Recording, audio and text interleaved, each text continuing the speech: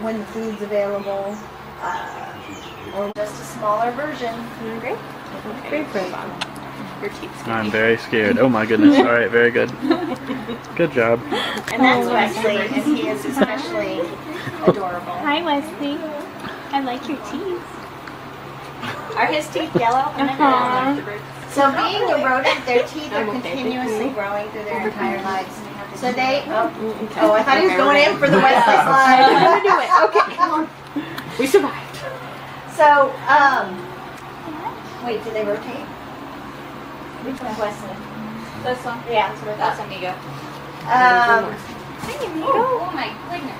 Yeah, Wesley, it's not quite time for your muffins. So what? And when baby does that, baby is going to get a little bit of mom's fecal material as well, which sounds really gross.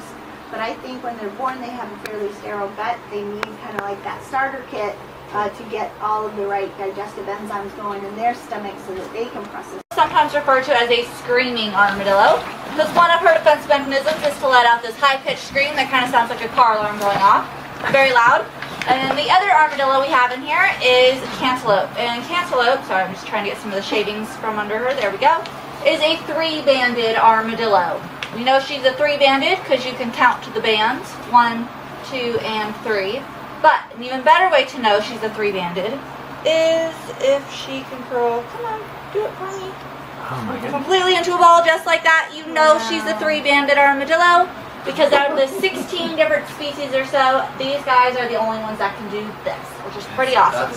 That's amazing. Yeah, pretty awesome, huh? Oh, and she's stripy on the back when she does that. Yeah, so those are her bands. That's how the, you know, three-banded name kind of came to be. I don't know how she could. Not very original, but still, it works. Screaming.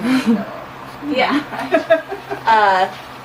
Before I tell you more about armadillos, though, just in general, I'm going to go over some She didn't really like that. I like the little hairs on there. Yeah, so those hairs work like whiskers on like a cat, so it kind of gives them that sense of what's around. Yeah. She does have a really cute nose. That's how bigger. Very cute. And I can lift her up if you want to, like, oh yeah, go ahead. Ooh, you're scaly for sure. You don't have to So hide yeah, so away. very scaly. But they're not reptilian, they're actually mammals, You're hence very related cute. to the sloth. The little nose. That I know. scaly She's feeling is adorable. Ooh, little ear. Just had to get a little ear pat. Thank you. Yeah. Thank you, Conrad. If you want to like touch right here, you can feel her Oh, little feel your chubbiness. little. She's a little Booty softer underside. there. Yeah. Oh, this is Sorry, we offended you. Sorry, little friend. that cells continuously grow with them. Thank That's you. right around us. The cushions or you guys. So we just don't want anybody to like kick them or anything like that. You tickle. So like I said earlier, there's about 16 different species or so of armadillos, all of the region. They're both full grown, they're not going to get any bigger. They were both born here as well. So when Matilda was born, which isn't a lot and it wasn't enough to be able to meet that supply and demand for all the zoos and aquariums. Got real tight, that's a lot of pressure right there, so. Okay. Ooh, you're hairy on the inside. She is hairy on the inside. Can I take a picture of her when you're holding her? Yeah. All right, I'll go ahead and take her from you there. Did everybody get a chance to pet and or? Here you go. You can go ahead and pull it. Oh my god. Yeah, you can make them into perfect. I think because I think a lot of the quills are going to be hollow. So I guess this way is going to be the better way to do it, so you actually get the porcupine in there. Perfect.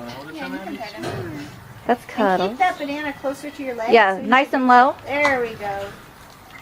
We like to say that Cuddles is basically a corgi with quills. Trying to distract her from the fence.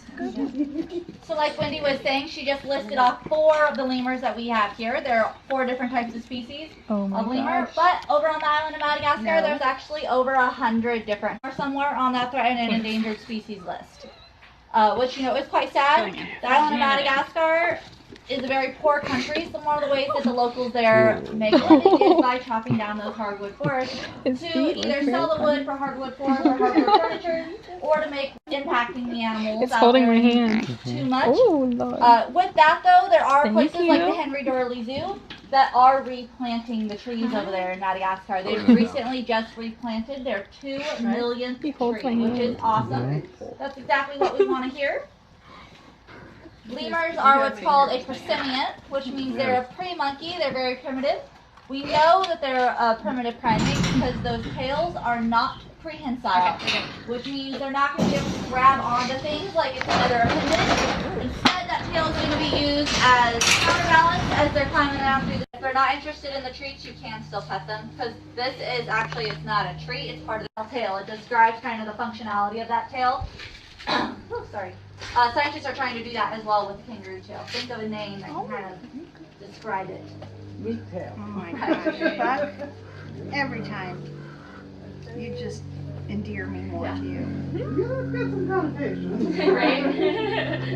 That might be why they haven't started. Right. They remember that one. Lazy, lazy kangaroo. No scientists are going to come with something like so bizarre and weird. Yeah, the fur is really interesting. It's kind of woolly almost. It's very dense. Yeah, it's very interesting. They shed a lot. They do shed. I know. Buck is just, he's just chill. chill. This is I my said I'm not posture right even here. sure that he woke up enough to really chew the snack. Really not. They're very We'll slow give them some too. privacy. I'm dream eating. Yep.